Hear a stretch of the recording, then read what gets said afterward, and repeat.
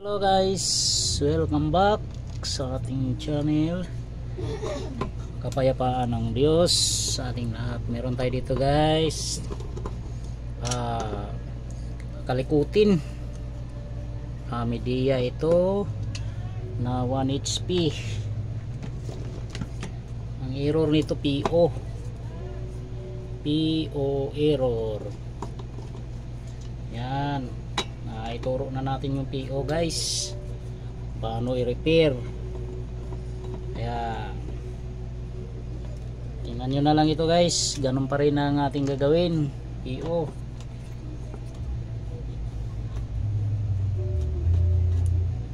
yan,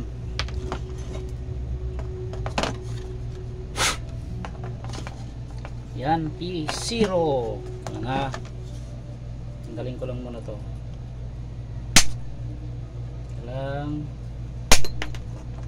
Yan, testingin natin guys para makita natin na PO error siya. Ay, salamat sa Diyos. Yan, lagyan natin ng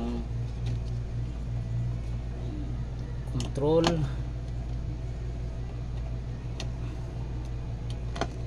Tapusin nyo lang yung video guys para makita nyo kung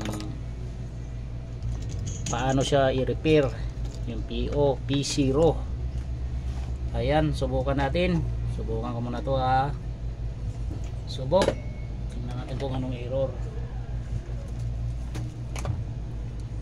Maganda to guys, pang ano tayo, share tayo sa ating kunting kaalaman. Yan, para makatulong tayo guys kahit pa paano. Yan, ayan, may power. Yun, tingnan natin ha. Tingnan natin kung anong error nya. P0 daw ito eh. RAM Kainta Rizal, pa ng Kainta. Yan natin guys, naka 17. Yan o, nagsukta tayo ng voltage kung meron, kung P0 ba talaga ang error. Tingnan natin dito.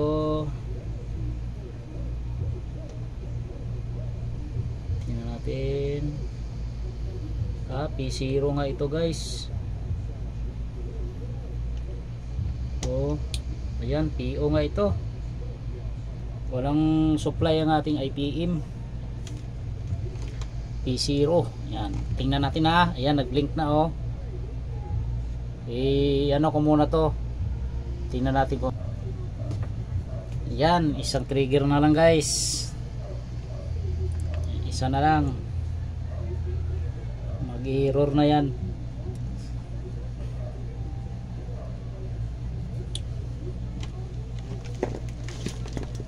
Yun.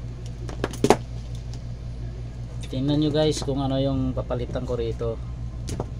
P0 error, maano yan, common na yan sa mga ganitong board. Yan. Yan natin na. Sana matsambahan to guys. Yan. Sa mga bago pa pala sa aking channel, paki-subscribe naman guys ang aking channel at share nyo na din. At comment na rin kayo guys kung may mga tanong kayo para sa ating iba ko pang mga videos. Updated kayo guys pag nakasubscribe kayo. Yan lang guys, salamat sa Diyos. Antayin natin na anong error nito ha. Pakita natin na yung error niya na P0.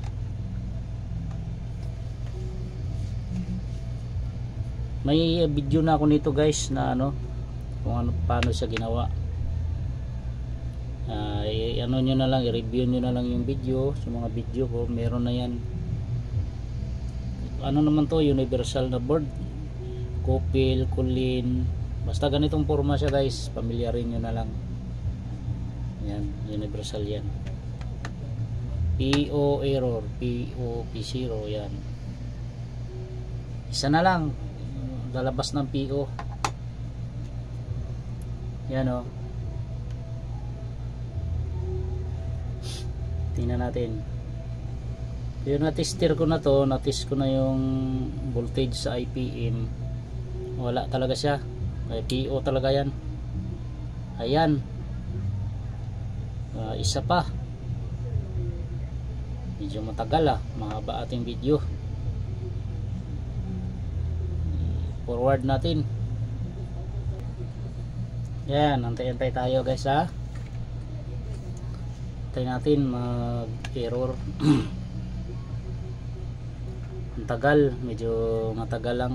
Antay na lang natin. Tagal ng error. Tapusin nyo na lang guys yung video na to guys, para makita nyo yung na simula ng nag-error PO hanggang sa i-repair. Yan.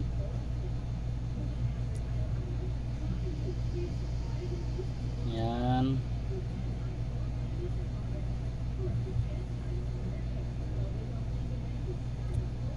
Malapit na yan, malapit ng ito.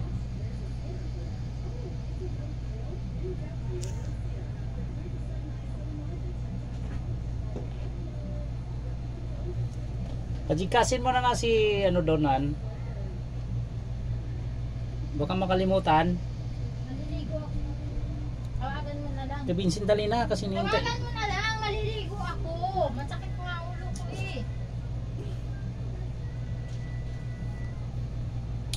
Ayan. Ayan guys P0. Ayan.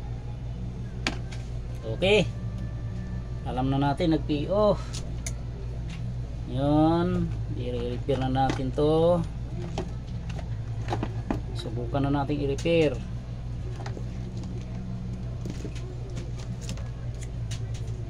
Tulad ng sabi ko guys, sa ating mga tropa na baguhan, yan, yung hindi pa nakakaalam sa PO, ito na pagkakataon nyo. Ito ituturo natin.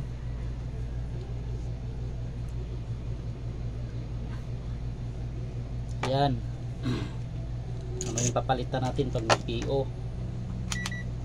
Yan. Testerin ko muna to i-test ko muna to kung 2.3.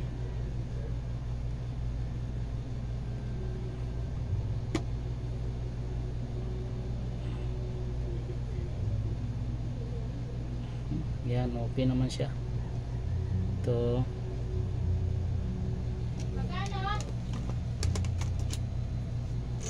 2.5. Ibigay ko na lang mamaya yung 500. Pati yung inabono niya. Tingnan nyo guys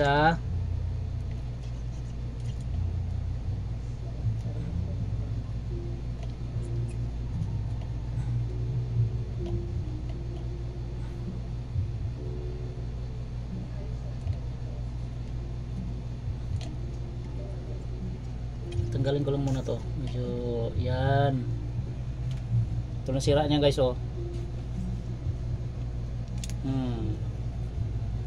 yan, may binunot na ako niyan guys. Ito may binunot na ako pampalit yan,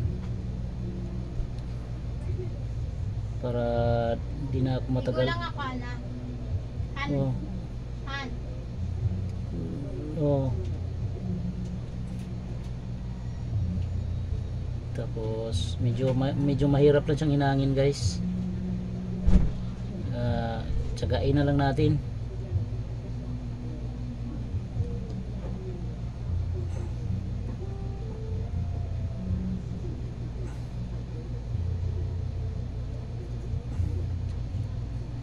Yan.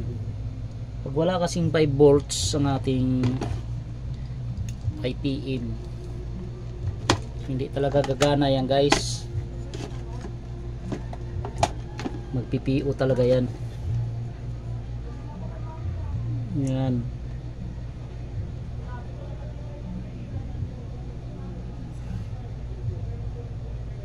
Nanginginig ng kamay ko guys.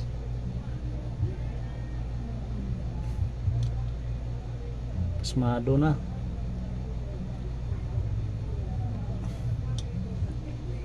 Yun nga ang ano guys, kahit gaano kagaling ang technician, kung wala naman pamalit na parts, maobliga ding papalitan ng buong board kasi walang pamalit.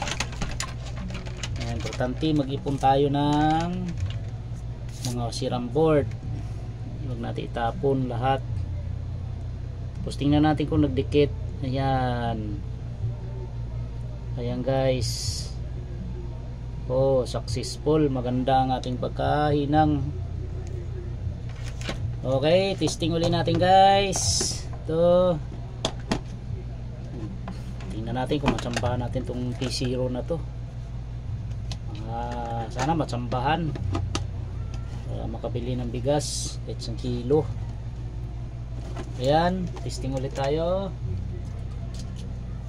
Okay. Tapos kata natin ng voltage. Mag voltage check tayo. Check muna natin kung meron na siyang 5 volts. Ayan, meron na guys oh. May 5 volts na tayong nakukuha sa ating IPM. Ibig sabihin, aandar na to guys. Sana no. Tingnan natin. Ayan. 17 tayo. Antayin natin kung aandar. May 5 volts na ng ating ano, IPM. May compressor na tayo. Meron na tayong pan motor indoor. Tingnan na lang natin kung gagana. Sana sumamba. Sambahan sana. Ayan. Oh, mandar na guys oh. Oh, mandar na. Natambahan guys. Oh. Yun. Salamat sa Diyos. Yan. Yun. Patayin ko muna kasi wala tayong heatsink. Yan, patayin ko muna yan. Yan. Lagyan ko muna ng heatsink para mapaandar natin ng medyo matagal. Sana ba yung heatsink? Nawala pa. Sana yun? Ano ba nilagay yun? Ay, ito.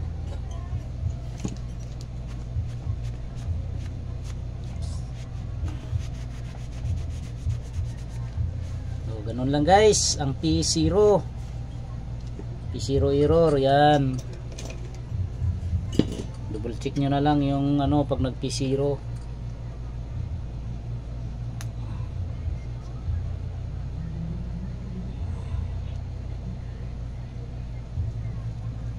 Okay, ito lagyan natin ng, huwag niyong kalimutan maglagay ng silicone compound. Importante yan guys, napaka importante nyan for safety ng ating board. Yan natin to, ibalik na natin.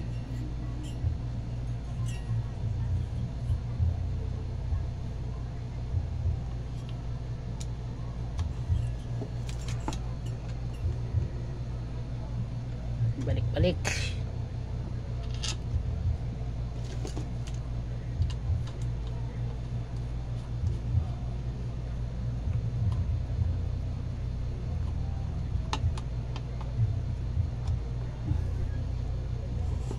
Yan. Lagyan muna natin ng mga tornilyo para 100% sure ball.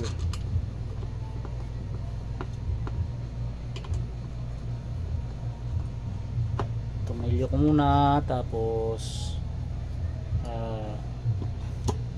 testing ulit tayo.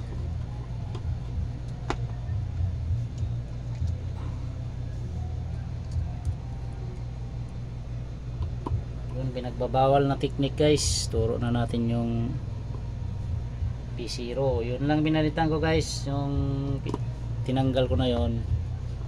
Yun lang yun, P0. Kita naman sa video kung ano yung pinalitan ko.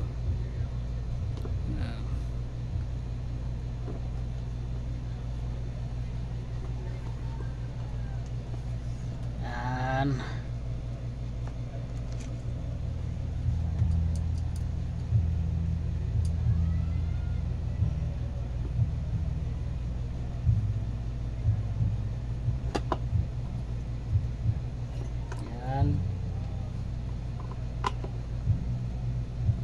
Higpitan lang natin ng kaunti.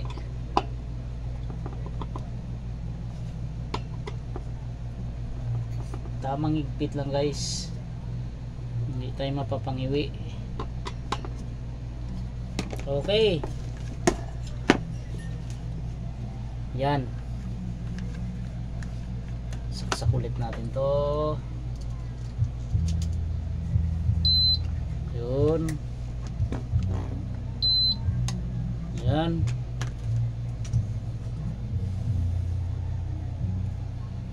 Pwede na natin ibalik to eh. Ito. Pwede na ibalik to guys. Lagay ko na sa ano to.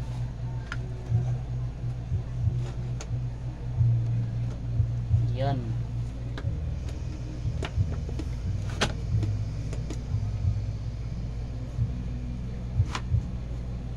Yun. Midea ito guys, Midea na 1 HP.